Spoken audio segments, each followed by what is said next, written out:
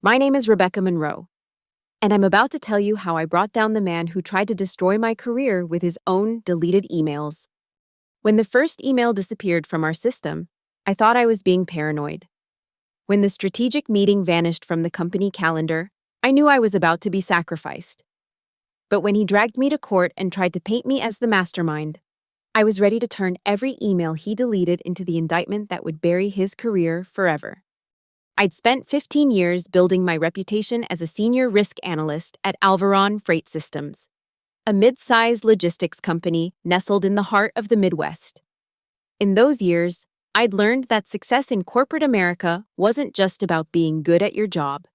It was about navigating the treacherous waters of office politics, where smiles could hide daggers and handshakes could seal your doom. I was what you might call the office's invisible problem solver. When shipments went missing, when routes failed safety inspections, when insurance claims threatened to spiral out of control. I was the one they called, not publicly, of course. My work happened in the shadows, in late-night emails and weekend crisis meetings that no one remembered come Monday morning. Gregory Shaw made sure of that. Greg had been our regional director for 3 years, and in that time, he'd perfected the art of taking credit. He had that particular brand of corporate charm that made executives see a leader and made the rest of us see a predator. Salt and pepper hair always perfectly styled, custom suits that cost more than my monthly mortgage, and a smile that never quite reached his eyes. That Friday afternoon in October, I was wrapping up a risk assessment for our pharmaceutical routes when his message popped up on Slack at 4:58 p.m. Status report by 5. No exceptions. 2 minutes. He'd given me 2 minutes to summarize a week's worth of complex analysis. The office had already started emptying out for the weekend. Through the glass walls of my corner cubicle, I could see my colleagues shutting down their computers, grabbing their bags, eager to start their lives outside these beige walls. I pulled up the preliminary report I'd been working on, my fingers flying across the keyboard. The analysis wasn't complete, but Greg didn't care about complete. He cared about having something to show the executives at his Monday golf game. Report submitted. I typed back at 4:59, attaching the file. His response was immediate. This better not have any of your usual doom and gloom. We're trying to expand, not scare away clients. My usual doom and gloom. That's what he called risk assessment. That's what he called the careful analysis that had saved the company millions in potential lawsuits over the years. But Greg didn't see saved disasters. He only saw obstacles to his quarterly bonuses. I should have seen the warning signs earlier. The way he'd started excluding me from client meetings. The way he'd begun requesting my reports be filtered through him before reaching the C-suite. The way he'd smile when introducing me as our overly cautious analyst at company events.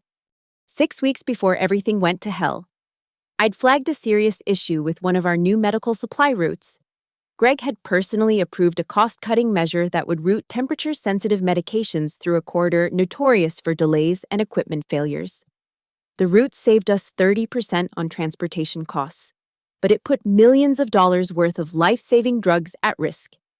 I'd sent him a detailed email outlining the dangers. The subject line was clear. Urgent. Medical Route 447 compliance issues. Immediate action required. His response had been equally clear. Stop the noise, just make it work. Don't bother legal. I documented everything, every email, every Slack message, every casual conversation by the coffee machine where he'd dismissed my concerns with a wave of his manicured hand. It was a habit I developed early in my career, born from watching too many colleagues get thrown under the bus when things went wrong. 3 weeks later, the inevitable happened. The call came at 3 a.m. on a Tuesday. One of our refrigerated trucks had broken down on Route 447, stranded for 14 hours in 90-degree heat. $2 million worth of insulin and vaccines destroyed. 3 hospitals left scrambling to find emergency supplies. And worse, much worse, was the phone call from the legal department the next morning. Rebecca, we need to talk. Sarah from legal had said, her voice tight with barely controlled panic. The client is suing, $25 million. They're claiming gross negligence. My stomach had dropped, but I'd kept my voice steady. I have documentation showing the risks were identified and reported. Good. Send everything to legal immediately. And Rebecca, don't discuss this with anyone else. But when I went to pull up my emails, something was wrong. The urgent warning I'd sent to Greg was gone. Not in my sent folder, not in my deleted items, nowhere. The follow-up emails where he'd explicitly told me to ignore protocol had vanished. Even our Slack conversation had been wiped clean. I sat at my desk, staring at my empty search results, feeling the walls of my cubicle closing in. Someone had been in our system, someone with admin access, someone who knew exactly which conversations needed to disappear. The investigation began the following Monday. Corporate sent in a team of outside consultants, grim-faced men and women in dark suits who commandeered the large conference room and started calling in employees one by one. I watched through the glass walls as my colleagues emerged from their interrogations, some looking relieved, others terrified. When my turn came, I was ready. Ms. Monroe. The lead investigator, a woman named Patricia Chen, began, sliding a folder across the table. We need to discuss your role in approving Route 447. I didn't approve it, I said calmly. In fact, I specifically recommended against it. She raised an eyebrow. Do you have documentation to support that?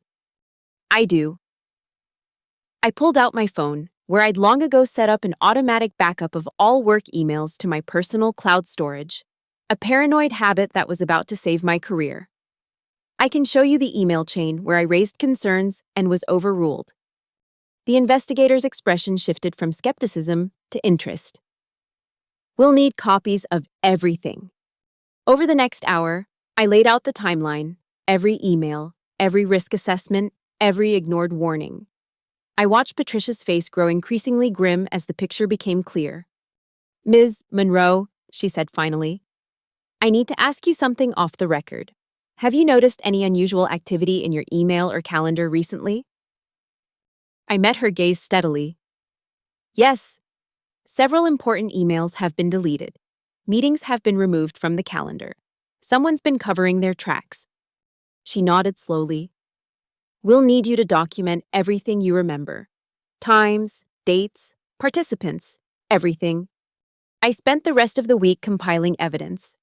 During the day, I maintained the facade of normalcy, sitting in meetings with Greg where he played the concerned leader, promising full cooperation with the investigation. At night, I combed through my backups, building a timeline that would expose the truth. It was during one of these late-night sessions that I discovered something interesting. The IT help desk kept logs of all system access, including admin overrides. These logs were supposed to be restricted. But I'd made friends with Jake in IT years ago, bonding over a shared love of true crime podcasts and a mutual disdain for corporate bureaucracy. Hey, Jake, I'd messaged him. Quick question, is there a way to tell if someone's been accessing my account? His response came back quickly. Why? Something fishy going on? You could say that. Give me 5 minutes. What we found was systemic corruption that went all the way to the C-suite. Millions of dollars in bribes, falsified environmental reports, and a culture of intimidation that kept local employees silent. It was Alvaron all over again, but on a global scale. I personally led the investigation, spending 3 months in São Paulo, following paper trails and interviewing witnesses. The work was dangerous at times.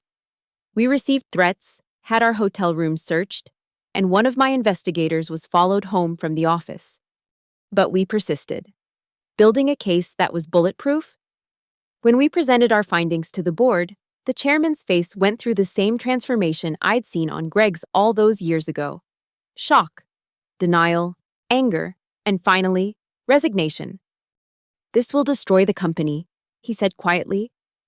No, I replied. The corruption will destroy the company. This might save it. They didn't thank us, but they did act on our recommendations. The entire executive team was replaced. New controls were implemented, and most importantly, they cooperated fully with law enforcement, leading to dozens of arrests and convictions. The case cemented our reputation internationally. We started getting calls from companies around the world. all wanting the Chen and Monroe seal of approval on their compliance programs. It was gratifying, but also overwhelming. We'd become the very thing I'd once fought against, a corporate powerhouse. Patricia and I had long discussions about our direction. Were we becoming too big? Were we losing sight of our original mission? The money was certainly nice. We were both millionaires several times over, but that had never been the point. Remember why we started this? Patricia said during one late-night strategy session. It wasn't about building an empire. It was about holding people accountable. She was right, of course. We made the decision to stop expanding, to focus on quality over quantity. We turned down lucrative contracts that didn't align with our values. We referred smaller companies to other firms rather than taking on more than we could handle properly. 10 years after the Alvaron scandal, I was invited back to speak at my old company. They'd renamed it Midwest Logistics Solutions, distancing themselves from the tainted Alvaron brand. The CEO who'd replaced Greg's successor wanted me to address their annual compliance meeting. Walking into the building was surreal. They'd renovated, of course. Gone were the beige cubicles and fluorescent lights. The new space was all open floors and natural light, designed to promote transparency and collaboration. But I could still see the ghosts of the old office. Could still remember exactly where I'd sat when I discovered my emails had been deleted. The audience was a mix of old faces and new.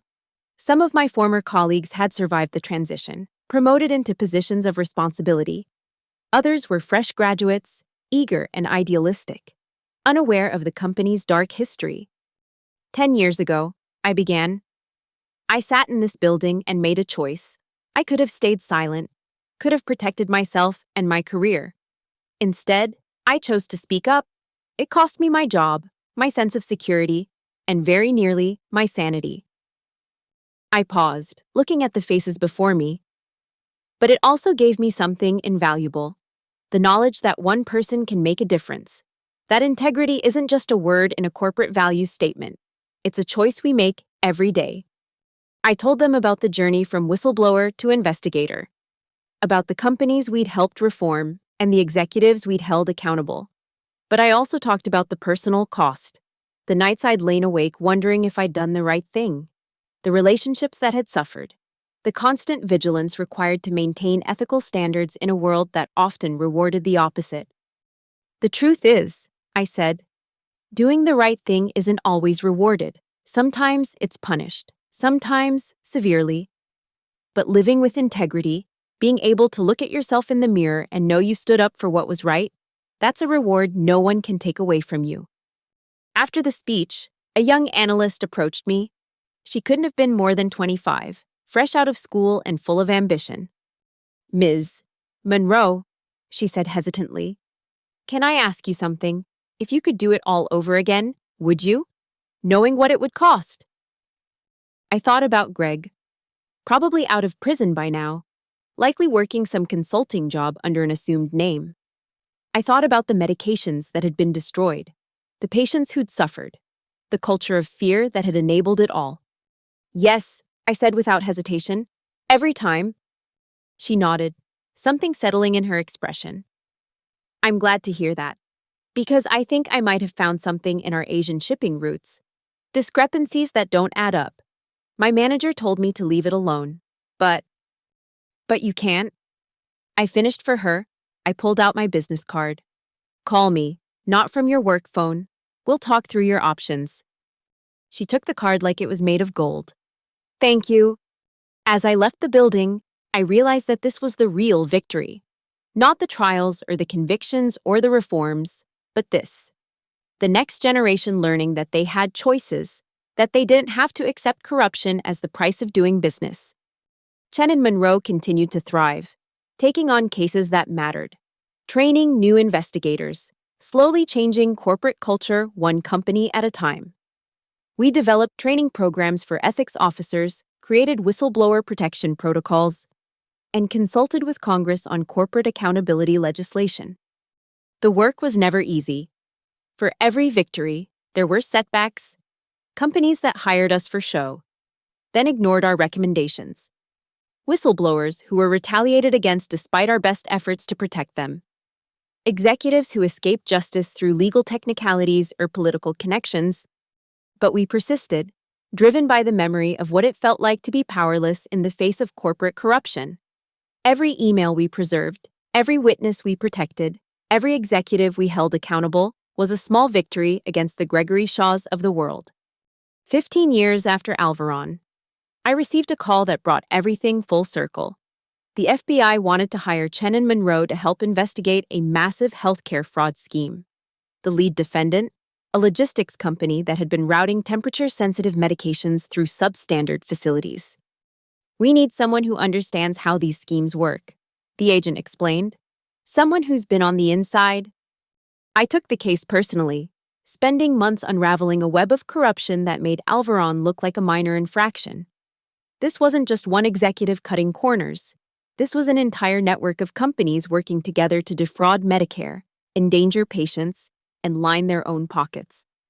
The investigation led to the largest healthcare fraud bust in history. Dozens of executives arrested, hundreds of millions in fines, and most importantly, reforms that would protect patients for years to come. Standing in the courtroom as the verdicts were read, I thought about that Friday afternoon when Greg had demanded a status report in 2 minutes. How far we'd all come from that moment. After the trial, one of the prosecutors pulled me aside. "You know, we studied the Alvaron case in law school. You're kind of a legend." I laughed, uncomfortable with the characterization. "I'm just someone who refused to be silent." "Exactly," she said. "That's what makes you a legend." The recognition was nice, but also irrelevant. I hadn't done what I did for fame or accolades. I'd done it because it was right. Because someone had to. Because I couldn't live with myself if I'd stayed silent. As Chen and Monroe entered its second decade, we faced new challenges. The corporate world had evolved, finding new ways to hide corruption, new technologies to manipulate data, new methods of silencing dissent, but we evolved too, hiring cybersecurity experts and data analysts, developing new investigative techniques, staying one step ahead of those who would abuse their power.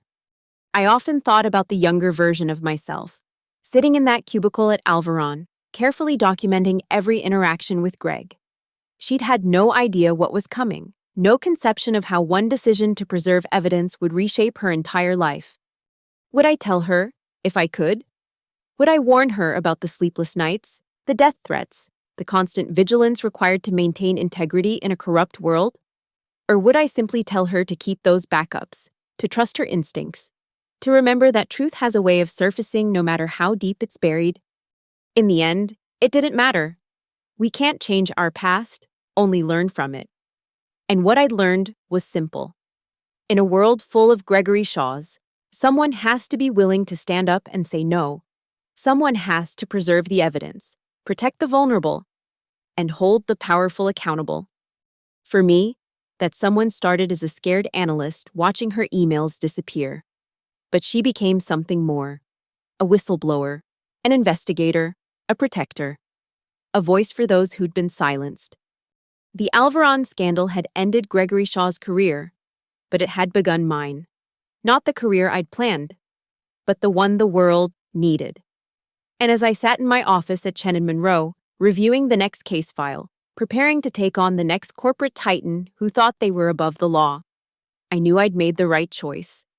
Every deleted email, every falsified report, every attempt to silence the truth just strengthened my resolve. Because I'd learned something Gregory Shaw never understood. The truth doesn't disappear just because you delete the evidence. It lives on in the people who witnessed it, who documented it, who refused to let it be buried. And as long as there are people like that in the world, there's hope for justice. Even in the most corrupt corners of corporate America, even against the most powerful executives, even when the entire system seems designed to protect the guilty and punish the innocent.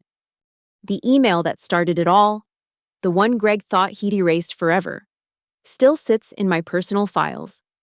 Sometimes I pull it up and read it again, remembering the woman who wrote it, scared but determined to do the right thing. She had no idea she was writing the first line of a story that would reshape corporate accountability. She thought she was just doing her job. But that's how all great changes begin. Not with grand gestures or dramatic declarations, but with ordinary people doing extraordinary things. Refusing to be silent, refusing to be complicit, refusing to let power corrupt absolutely. Gregory Shaw taught me many things during our time at Alvaron, though none of them were lessons he intended to impart. He taught me that power without accountability is dangerous, that systems designed to protect profits over people will always produce criminals, that the only thing necessary for evil to triumph is for good people to do nothing. But most importantly, he taught me that evidence matters. That documentation can be the difference between justice and injustice. That one person with the courage to preserve the truth can bring down an empire built on lies. So I keep fighting, one case at a time, one corrupt executive at a time, one saved email at a time. Because somewhere out there, another Rebecca Monroe is sitting in another cubicle, watching the evidence disappear, wondering if she should speak up or stay silent. And I want her to know that speaking up is worth it, that the truth is worth fighting for, that integrity, once lost, is almost impossible to recover, but once maintained, is impossible to destroy. Gregory Shaw tried to blame me in court for his own crimes. Instead, he gave me the opportunity to expose not just his emails, but an entire culture of corruption. He tried to end my career. Instead, he began it. And for that, in a strange way, I'm almost grateful. Because without Gregory Shaw, I might have spent my entire career in that cubicle, doing risk assessments that no one read, raising concerns that no one addressed, slowly becoming the very thing I'd once fought against. Instead, I became something else, something necessary, something powerful. I became the woman who saves the emails. And in corporate America, that might be the most dangerous person of all. Jake found made my blood run cold. Over the past 2 weeks, there had been multiple admin accesses to my account, all occurring after hours, all originating from Greg's login credentials. He hadn't just deleted emails. He'd been systematically rewriting history, changing timestamps, altering documents. Rebecca, Jake's message popped up. You need to see legal about this. This is serious. But I knew legal wouldn't be enough. The company would try to contain this, to minimize damage. They'd offer me a quiet settlement, maybe a glowing recommendation, anything to make this go away. And Greg would walk away with a slap on the wrist, free to destroy someone else's career at his next company. No, I needed something bigger. The preparation for the depositions began 2 weeks later. The company brought in their best lawyers, smooth-talking men in $1,000 suits who spoke in legal jargon and corporate doublespeak. They gathered us in the executive conference room, the one with the panoramic views of the city skyline, as if the impressive setting would make us forget what was at stake. Greg sat at the head of the table, playing the role of the concerned leader to perfection. We're all on the same team here, he said, his voice warm and reassuring. This is just a misunderstanding that will clear up together. I watched him work the room, making eye contact with each person, radiating confidence. He had no idea that I'd already shared my evidence with Patricia Chen. He had no idea that the investigation had taken a very different turn. Rebecca, he said, turning that megawatt smile on me. I know this has been stressful for you, but we need to present a united front. The decision to use Route 447 was a team decision. We all signed off on it. I nodded, keeping my expression neutral. Of course. The lead attorney, a man named David Barrett, pulled up a presentation. We'll be arguing that this was an unforeseeable equipment failure, no negligence, just bad luck. Rebecca, as the risk analyst, you'll need to testify that the route met all safety standards. I understand, I said, making notes in my legal pad, notes that had nothing to do with what he was saying. For the next 3 hours, they coached us on our testimony, what to say, what not to say, how to present the company in the best possible light. Greg occasionally chimed in with helpful suggestions, always positioning himself as the leader who'd been let down by circumstances beyond his control. Remember, Barrett concluded, we're not admitting fault. We're explaining a complex situation that unfortunately resulted in a negative outcome. I almost laughed at the euphemism. A negative outcome. That's what they called millions of dollars in destroyed medications and patients left without critical supplies. As the meeting broke up, Greg caught my arm. "Rebecca, a word?" I followed him to his office. All glass and chrome and carefully curated success. Photos of him with various executives lined the walls. His MBA from Wharton held pride of place behind his desk. "I wanted to thank you," he said, closing the door behind us. "I know this hasn't been easy, but I've always known I could count on you to be a team player." "Just doing my job," I replied. He moved closer, lowering his voice. "After this blows over, I think it's time we discussed your future here. You've been in the same position for what, 5 years? Maybe it's time for a change." The threat was subtle but clear. Play along, or find yourself restructured out of a job. "I appreciate that, Greg," I said, meeting his gaze. "I'm sure everything will work out exactly as it should." He smiled, satisfied that his message had been received. "Excellent. Oh, and Rebecca, I'll need all your files related to Route 447 by end of day, just to make sure we're all working from the same information." "Of course, I'll send them right over." I left his office and went straight to my desk, where I carefully selected which files to send, the edited versions he'd created, the ones with altered timestamps and missing data. Let him think I was playing along. That night, I met with my own lawyer, a friend from college who'd gone into employment law. Maria listened to my story, reviewed my evidence, and shook her head in disgust. "He's not just trying to frame you," she said. "He's committed multiple felonies, tampering with evidence, obstruction of justice, fraud. This is criminal." "So what do I do?" "You protect yourself, document everything, and when they put you on that stand, you tell the truth." The first deposition was scheduled for a Thursday morning. I dressed carefully, choosing a conservative navy suit that said competent professional, not corporate whistleblower. I arrived at the law offices early, finding a quiet corner to review my notes one last time. Greg arrived with the corporate legal team, all confidence and casual jokes. He nodded to me, that same fake smile plastered on his face. "Ready for this, Rebecca?" "More than ready," I replied.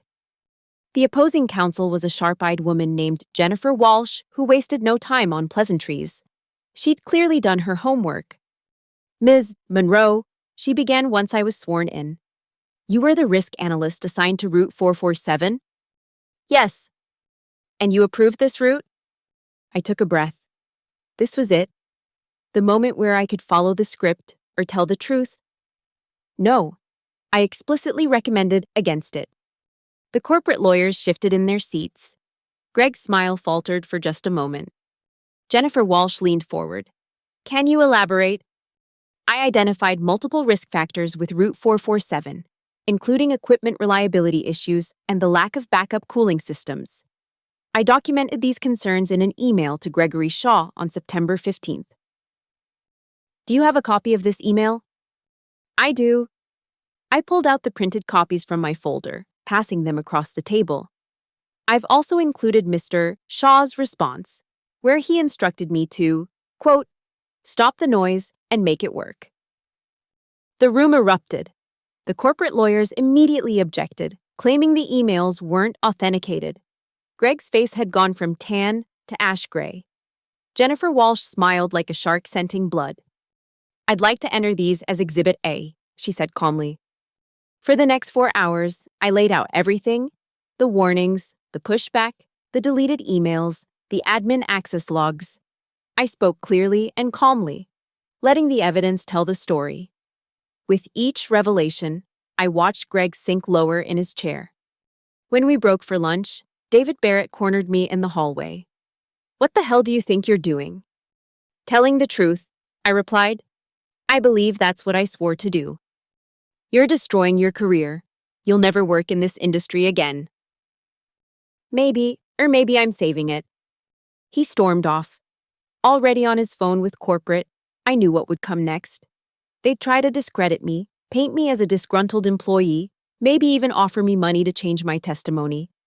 But they'd miscalculated. This wasn't about money or even my career anymore. It was about justice. The afternoon session was even more intense. Jennifer Walsh had clearly used the lunch break to review the evidence I'd provided. Her questions became surgical, designed to extract maximum damage. Ms. Monroe, you mentioned that emails were deleted from the system. Can you tell us more about that?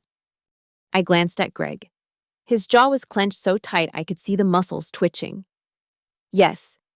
When the investigation began, I noticed that several key emails had been removed from the server.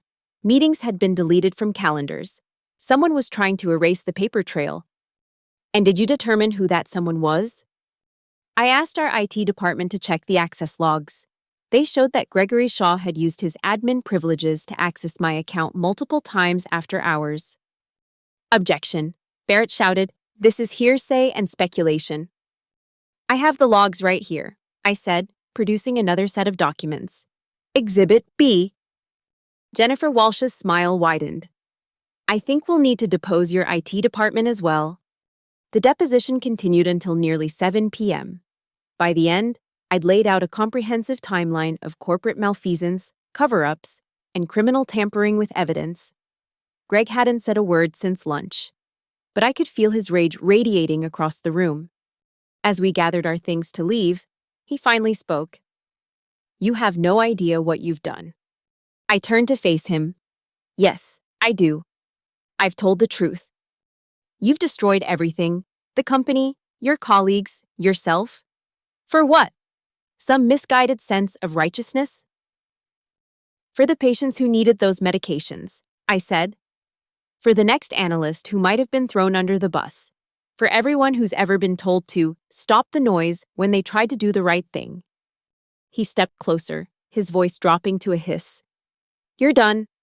I'll make sure you never work again. I'll sue you for defamation, for breach of contract, for... Greg, Jennifer Walsh interrupted, appearing at my shoulder.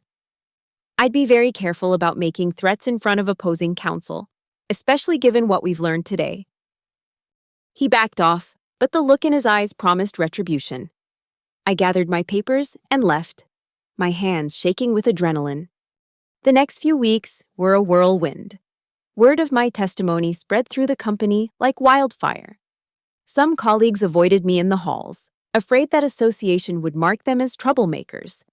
Others sent quiet messages of support, sharing their own stories of Greg's manipulation and abuse. The corporate machine went into overdrive trying to contain the damage. HR called me in for a series of meetings, each more tense than the last. Rebecca, the head of HR, a woman named Nancy Klein, said during one particularly memorable session, "We're prepared to offer you a very generous severance package, 6 months' salary, full benefits, and a glowing recommendation. All we ask is that you sign this NDA." I looked at the document, thick with legal language designed to buy my silence. No. I'm sorry? I said no. I'm not going anywhere, and I'm not signing anything. Nancy's professional mask slipped for a moment. Rebecca, be reasonable. This is a very generous offer. Fighting this will only hurt everyone, including yourself. Then I guess everyone's going to hurt, I replied, standing to leave. I'll see you at the trial. The anonymous email came a week later. It was from a personal Gmail account, but the sender identified themselves as a senior attorney at Preston & Associates, a boutique firm specializing in corporate compliance. Ms. Monroe. The email read, "We've been following your case with great interest. Your courage in standing up to corporate malfeasance is exactly the kind of integrity we look for in our consultants. We'd like to discuss a potential opportunity that would allow you to help other companies avoid these kinds of disasters. The starting salary is $200,000. I stared at the number, then read it again. It was more than double what I made at Alvaron, but more than the money. It was validation. Proof that doing the right thing didn't always mean career suicide. The federal trial was set for 3 months later. In that time, the investigation had expanded far beyond a simple negligence case. The FBI had gotten involved, investigating Greg for evidence tampering and obstruction of justice. The SEC was looking into whether he'd misled investors about the company's risk management practices. What had started as a civil lawsuit had become a criminal case. I spent those months working with prosecutors, providing evidence, explaining the complex web of logistics and risk management that Greg had corrupted. It was exhausting, but also cathartic. Each document I provided, each testimony I gave, felt like reclaiming a piece of my professional dignity. Jake from IT became a key witness, providing technical evidence of Greg's system intrusions. Other employees came forward with their own stories of being pressured to ignore safety protocols or falsify reports. The picture that emerged was of a systematic culture of corner-cutting and cover-ups, all in service of quarterly profits.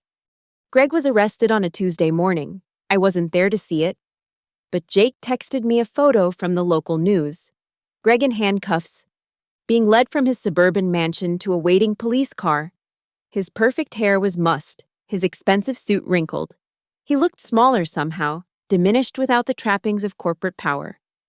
The trial itself was almost anticlimactic after months of preparation. I testified for 2 days, walking the jury through the timeline of events, explaining how the risk management process was supposed to work and how Greg had subverted it at every turn. The prosecutor, a young woman named Lisa Park, was brilliant in her simplicity. She didn't try to dazzle the jury with technical jargon or complex financial theories. She simply laid out the facts. Greg had put profits over people, and when caught, he'd tried to destroy evidence and frame an innocent employee. "Ms. Monroe," she asked during my testimony, "why didn't you just go along with the cover-up? It would have been easier for you." I looked at the jury, ordinary people who probably dealt with their own workplace injustices every day. Because someone had to stand up and say this isn't right. If we don't hold people accountable for their actions, they'll just keep doing the same thing at the next company, to the next person. Greg's defense tried to paint me as a disgruntled employee with an axe to grind. They brought up every performance review, every minor disagreement, trying to establish a pattern of insubordination. But the evidence was overwhelming. The deleted emails, the tampered logs, the trail of destroyed documents. When Greg himself took the stand, it was painful to watch. Gone was the smooth corporate operator.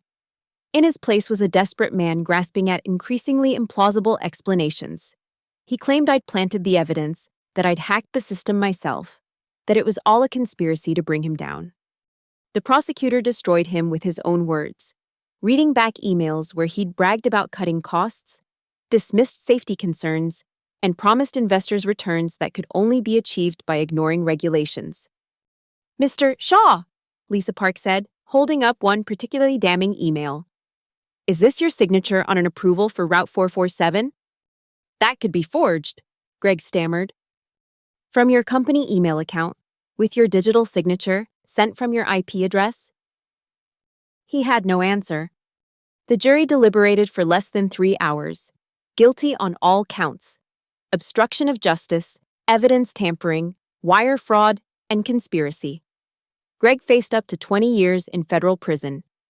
But the criminal trial was just the beginning. The civil case against Alvaron moved forward, with the company ultimately settling for $40 million. The board of directors was restructured. The entire C-suite was replaced, and new policies were implemented requiring multiple sign-offs on any route changes affecting medical supplies. I testified in that trial too, now as an expert witness rather than a defendant. It was surreal sitting in the witness box, explaining to a new set of lawyers how the company's culture had enabled Greg's behavior. It wasn't just one bad actor, I explained. It was a system that rewarded short-term gains over long-term safety, that punished people for raising concerns, that created an environment where someone like Greg could thrive. The changes at Alvaron were swift and dramatic. The new CEO, brought in from outside the industry, made safety and compliance her top priorities.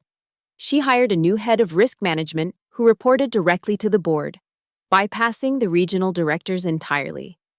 And she instituted a whistleblower program that protected employees who reported safety violations.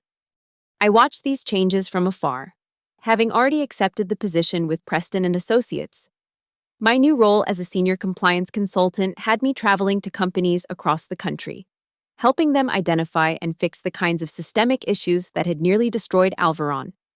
It was during one of these consulting trips that I ran into a former colleague from Alvaron. Sandra had been in accounting, one of the many people who'd kept their heads down during the investigation. "Rebecca," she said, catching me in the hotel lobby. "I heard about your new job. Congratulations." "Thank you," I replied, not sure where this was going. She glanced around, then leaned in closer. "I wanted to apologize for not speaking up, for letting you fight alone. We all knew what Greg was doing, but we were scared." "I understand," I said, and I meant it.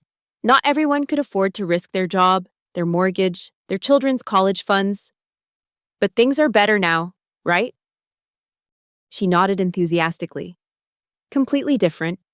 The new management actually listens. Last week, someone raised a concern about a shipping route, and instead of being told to shut up, they got a commendation for preventing a potential problem. It was gratifying to hear, but also bittersweet. How many disasters could have been prevented if that had been the culture from the beginning? My work with Preston and Associates was challenging but rewarding. Each company I visited had its own version of Greg, its own toxic culture that prioritized profits over safety. Sometimes it was subtle, a gradual erosion of standards that no one noticed until something went wrong. Other times it was blatant, with executives openly flouting regulations and daring anyone to stop them.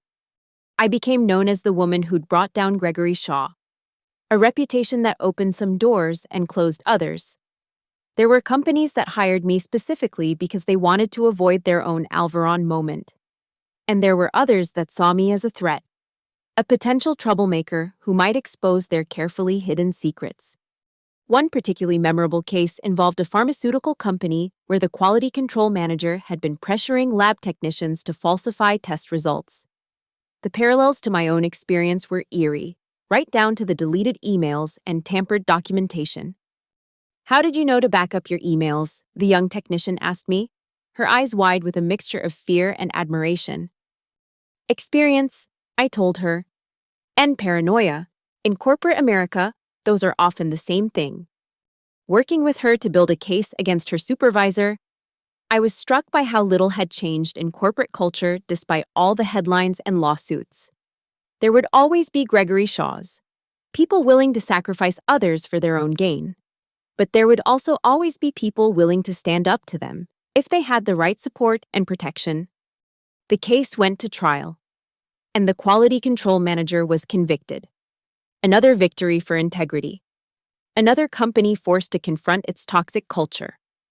But for every case that made it to court, I knew there were dozens that didn't, where employees were successfully silenced or intimidated into compliance.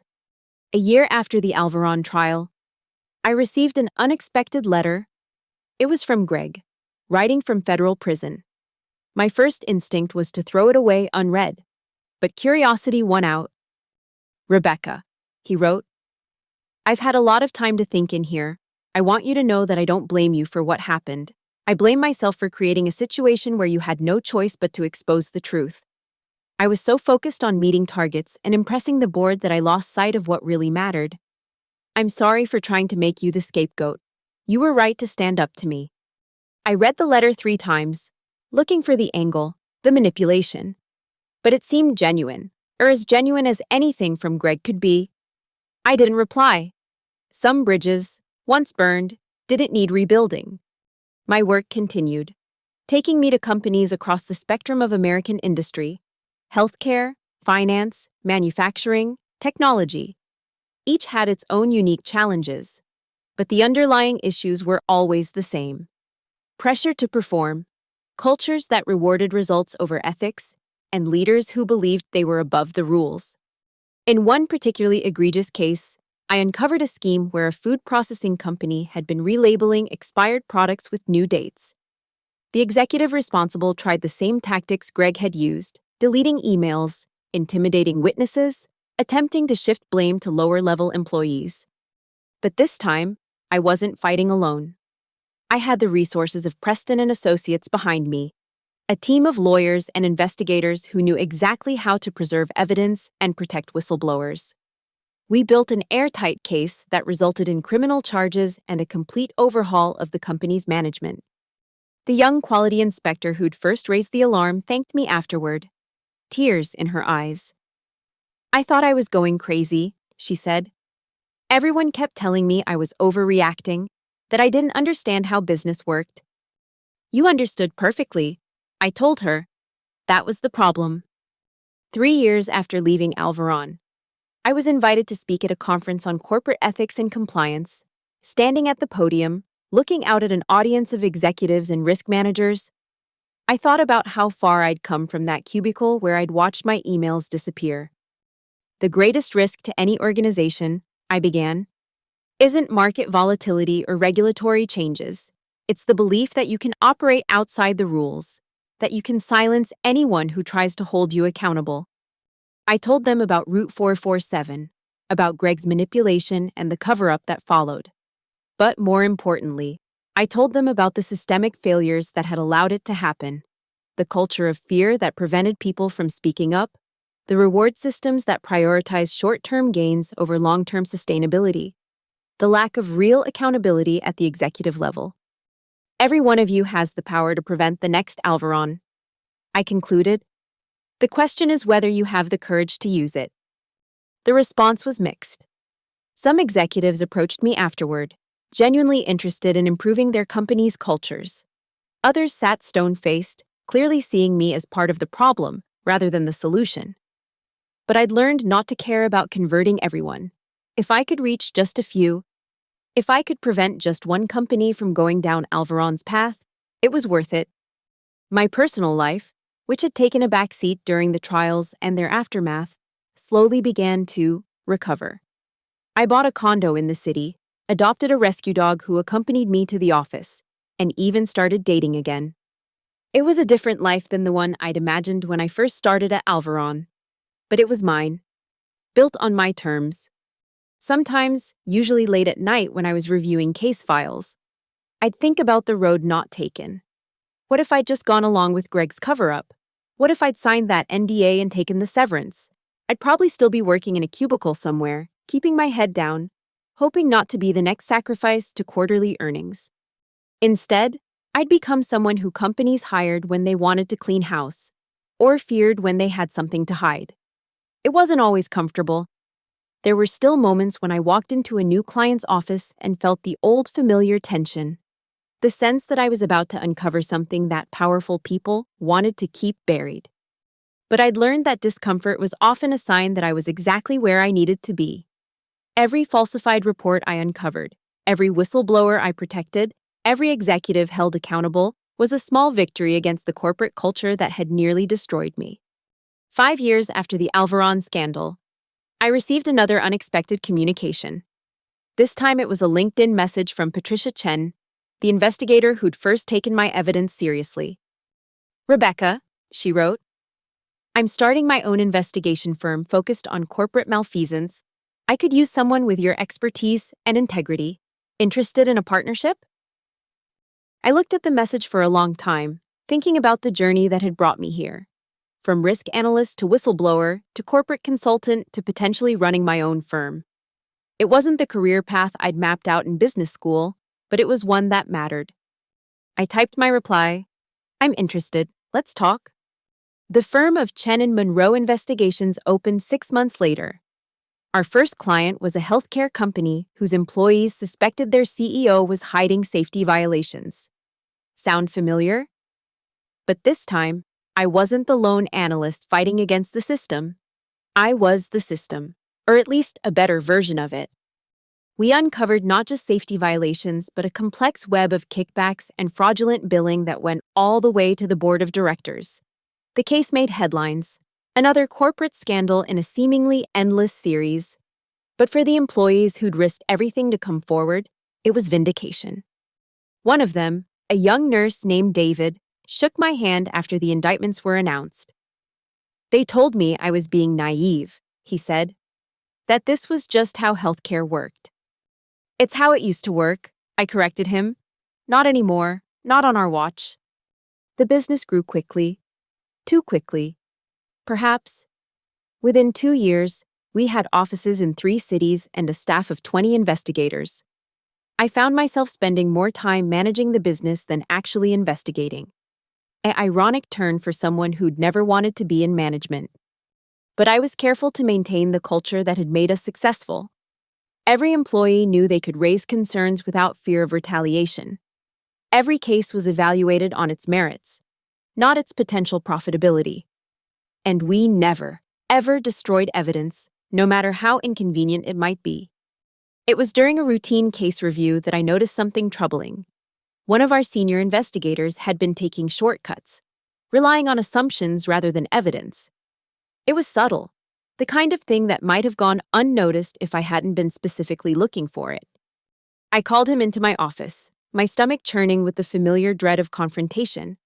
But this time, I was on the other side of the desk. "Tom," I said, laying out the files. "We need to talk about the Henderson case." He shifted uncomfortably. "What about it?" "Your report claims the CFO was aware of the accounting fraud, but I can't find the supporting documentation." "It's obvious from the context," he said defensively. "The guy had to know." "Maybe, probably, but obvious isn't evidence. We don't operate on assumptions." He leaned forward, his frustration evident. "Come on, Rebecca. You know how these guys operate? Sometimes we have to read between the lines." "No," I said firmly. "We don't. The moment we start cutting corners, we become just like the people we're investigating. We're better than that. We have to be." It was a difficult conversation, but a necessary one. Tom ultimately agreed to redo his investigation, this time with proper documentation. He found the evidence he needed, and the CFO was indeed complicit. But more importantly, we'd reinforced the standards that separated us from the Gregory Shaws of the world. As the firm grew, so did our reputation. We became known not just for uncovering corporate wrongdoing, but for doing it ethically, thoroughly, and with respect for everyone involved. Even the executives we investigated grudgingly admitted that we were fair, that we didn't engage in witch hunts or sensationalism. One case particularly stood out. A multinational corporation hired us to investigate allegations of bribery in their South American operations. The board was convinced it was limited to a few rogue employees, a bad apple situation they could quickly resolve. "What?"